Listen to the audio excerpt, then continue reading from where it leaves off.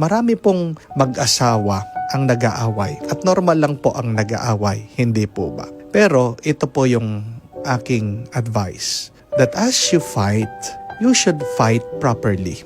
Merong mabuting pag-aaway, merong masamang pag-aaway, kaya nagiging malala ang relasyon dahil hindi marunong mag-away ang mag-asawa. Kaya yan po yung aking hamon sa inyo, ha? Mag-away kayo ng mabuti. Matuto kayo kung paanong mag-away ng mabuti.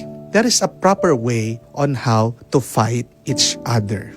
And what should you do? Number 1, please do not shout. Huwag po kayong magsisigawan. The rule of thumb is, do not talk to your spouse or your wife when he or she is at the other room. Pag yung asawa mo nandun sa kabilang kwarto tapos kakausapin mo, ano po yun? Pagsisigaw. Ang tanong, bakit merong mga nagsisigawan? Ang sagot daw po doon ay dahil hindi marinig ang kanilang damdamin. Kaya sumisigaw ang asawa mo kasi yung nasa kalooban niya gusto niyang mailabas at gusto niyang maiparinig sa iyo. Pero pag kayo ay nagsisigawan, that is a bad fight already. Hindi kayo magkakaintindihan kung kayo ay nagsisigawan. Diba? Nakasulat po sa Biblia that a harsh tongue stirs anger. Pag masama ka magsalita, pag sumisigaw ka, ay lalong umiinit ang ulo ng bawat isa. Pag nag-uusap kayo, pag nag-aaway kayo, anong dapat gawin? Makinig. At anong ibig sabihin ng pakikinig? Hindi lang ginagamit ang tenga, ginagamit din po ang puso.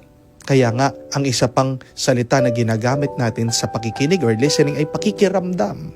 So, use your heart to listen to your partner.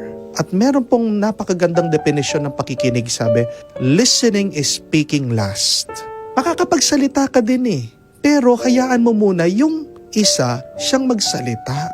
Dahil kung sabay kayo magsasalita, hindi kayo magkakaintindihan, lalo kayo mag-aaway. So, listen with the heart, listen, speak last.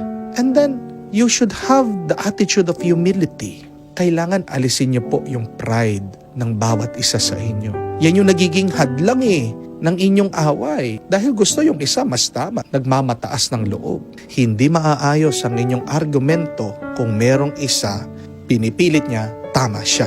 That is why the next step is you must learn to disagree. Kung talagang hindi kayo magkakaintindihan, doon kayo magkaintindihan. Talagang hindi tayo magkakaintindihan dyan, bayaan nyo muna. Hindi ibig sabihin pag kayo ay nag-away, dapat doon sa away nyo ay mariresolba nyo yung problema.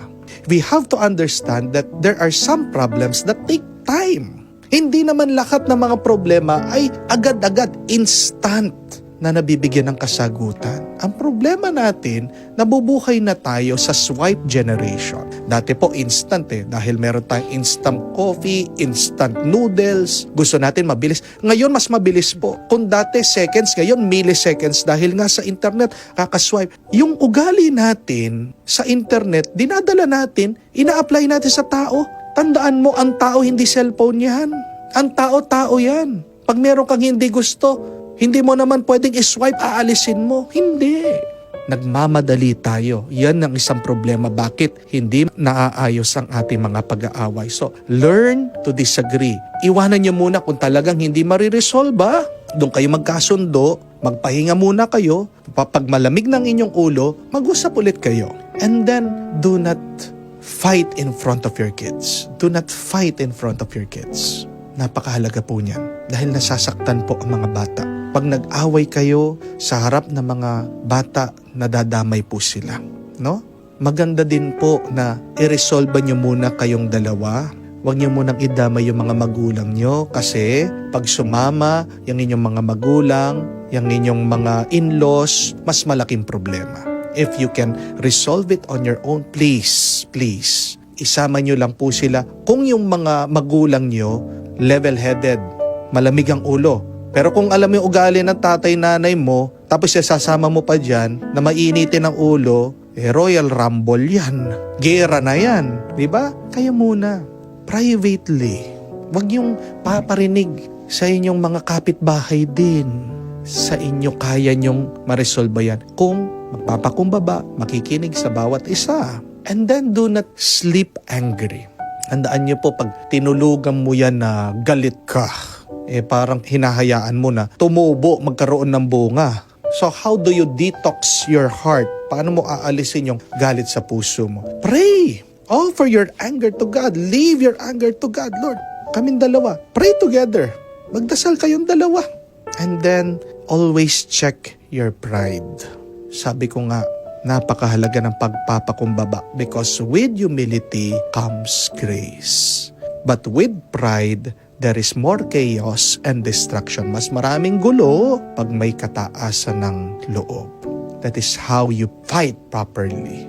Kailangan yung argumento, inyong away, para malaman nyo ano ba yung totoo, ano ba yung mabuti, ano ba yung tunay na makakatulong sa inyong dalawa at sa inyong pamilya. I pray that you fight properly. Pinagdarasal ko, oo, mag-away kayo, pero sana mabuti ang inyong pag-aaway.